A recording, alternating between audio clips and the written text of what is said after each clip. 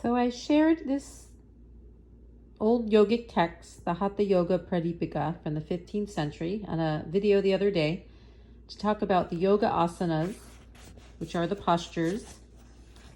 And today I just want to mention something about chapter 2, Pranayama. That's the yogic breathing exercises. Look at the first verse here.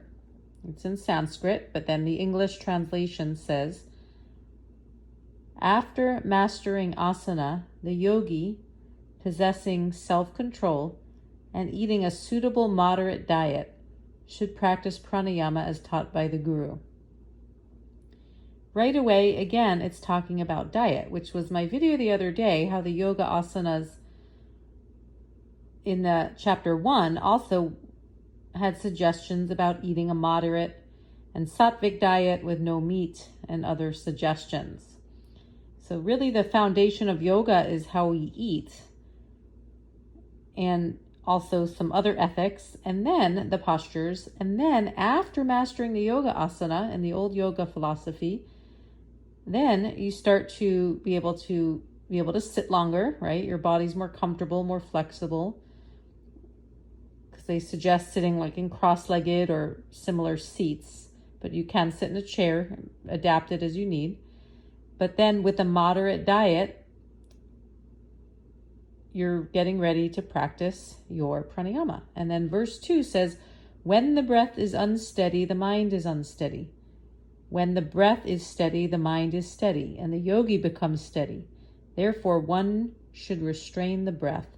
So this is so useful for modern day anxiety or depression or panic attacks or insomnia or general stress. So this is a useful tool for my chair yoga teacher training to remember to teach them simple breathing exercises in every class, even in the beginning, just slow deep breathing, even if not a full pranayama exercise, because it really affects the mind and the emotions.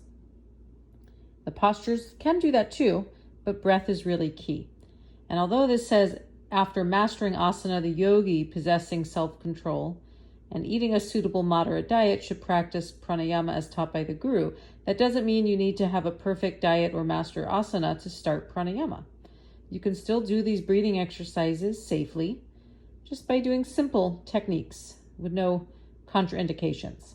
And in my chair yoga teacher training, the 4 or 5 pranayamas I teach that I've also been teaching for, maybe 20 years or more to seniors, and when I've taught at assisted living homes and do teach now online during our shutdowns.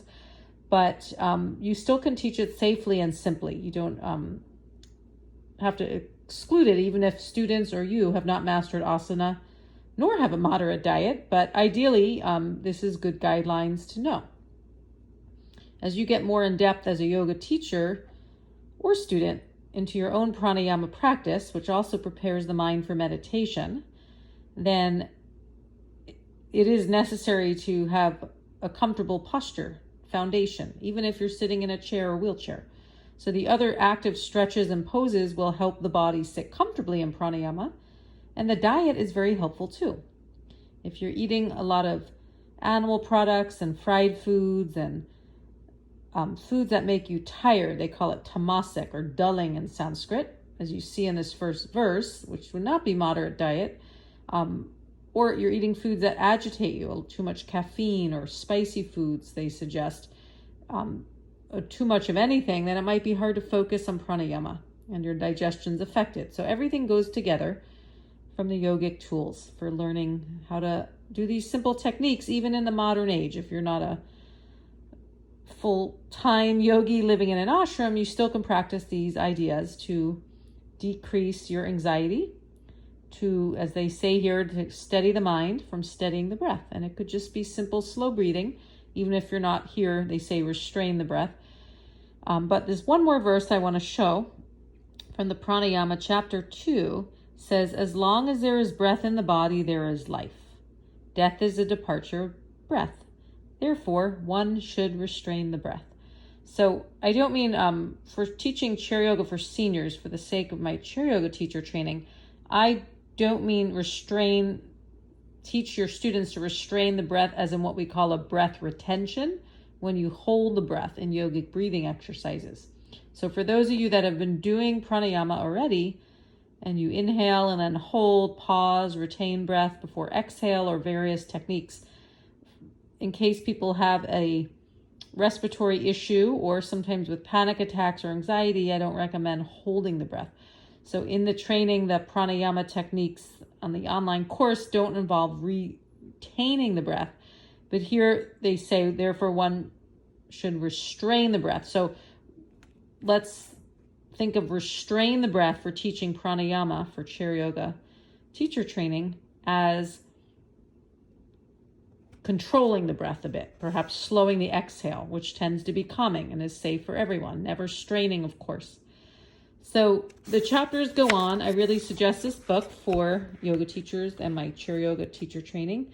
After you're done with the training, because I know you have a lot of hours online to learn, but if you want more extensive review of yoga postures, as it was taught in this book, in the 15th century, meditation seats, which was the old school text, what they used to show only, but then this does even cover Shavasana, the yogic corpse pose, and it does also, these are obviously modern pictures, but the Sanskrit and the translation is the 15th century. But there's the half spinal twist, Matsyendrasana, and the bow Dhanurasana, and all of these can be adapted in chairs.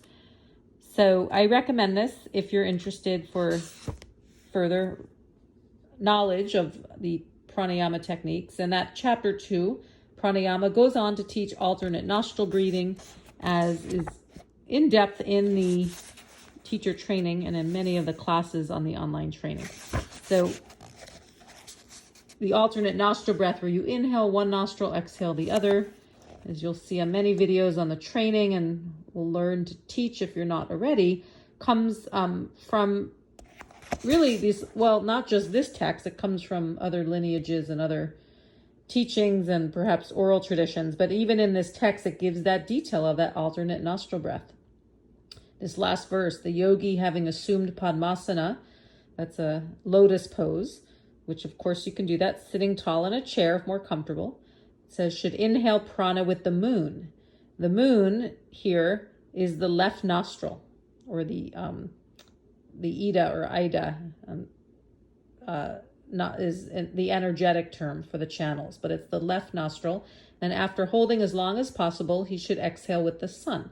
Sun is the right nostril, or the Pingala channel. So first, it doesn't have to be a he, it could be a she, as this text is old.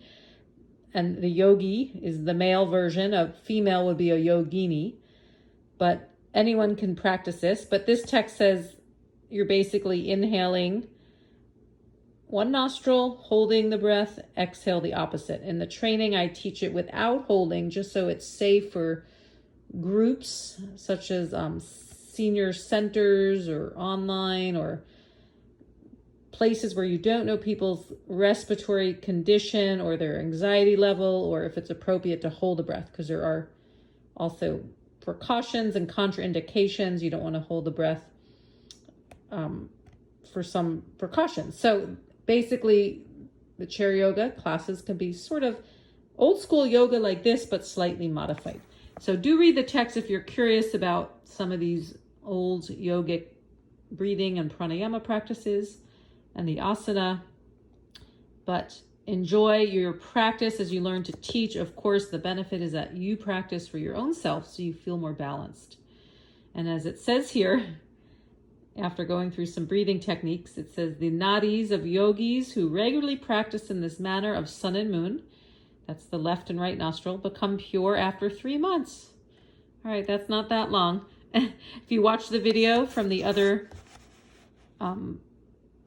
chapter, I was discussing asana. There's a verse that says it takes about 12 years of mastering yoga posture, yoga asana. But for that alternate nostril breathing, the text says 3 months. Okay, so of course that may or may not be true for you, but I hope this was interesting for those of you who are curious about the history of these old yogic wonderful texts that have captured some of the fabulous and beneficial teachings that we can then teach in the modern age for stress reduction, to calm and train the mind, and for even insomnia and panic attacks and anxiety and post-traumatic stress. So it could be very useful. Even if not practiced exactly as it was taught then, we can do similar or adapt. Feel free, as always, to connect with any questions you may have for me. You can always email me or arrange a video or a phone call, and I'm here to support your journey as you learn. But most important, for your own benefit, not just for teaching, practice, practice, practice. And that includes your breathing, your pranayama exercises. Have a great day. Namaste.